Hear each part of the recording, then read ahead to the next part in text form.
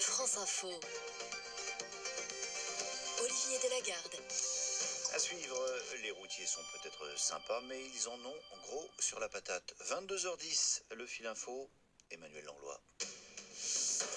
Le dernier bilan de l'épidémie de coronavirus en France, il fait état de 450 décès, 78 de plus en 24 heures. D'après les chiffres du directeur général de la Santé, Jérôme Salomon, il n'exclut pas une prolongation du confinement en place depuis mardi. L'Italie, elle passe la barre des 4000 morts et l'Espagne, celle des 1000 décès.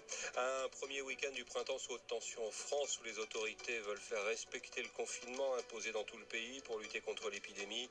Christophe Castaner annonce que les mesures seront appliquées de façon plus stricte encore, avec notamment un renforcement des contrôles dans toutes les gares et aéroports ce week-end pour dissuader les gens de se déplacer. Nice aussi durcit le ton pour faire respecter le confinement à ses habitants. Après l'interdiction de la promenade des Anglais, notamment aux piétons, un couvre-feu va être imposé dans les tout prochains jours, annonce le maire Christian Estrosi, lui-même testé positif au Covid-19. Toutes les plages de France sont désormais interdites d'accès. À Paris, les voies sur berge sont fermées, tout comme l'esplanade des Invalides et le Champ de Mars.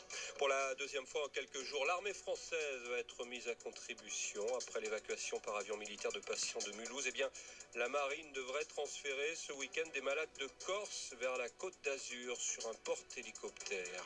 En Alsace, où les services de réanimation des hôpitaux de Mulhouse et Colmar sont à nouveau saturés d'après les soignants, malgré les transferts de patients vers d'autres établissements. L'Italie reste donc le pays le plus touché du monde, avec 627 personnes qui ont succombé au nouveau virus ces dernières 24 heures dans la péninsule. À New York, le gouverneur décrète à son tour l'arrêt de toute activité non essentielle. Il interdit les rassemblements.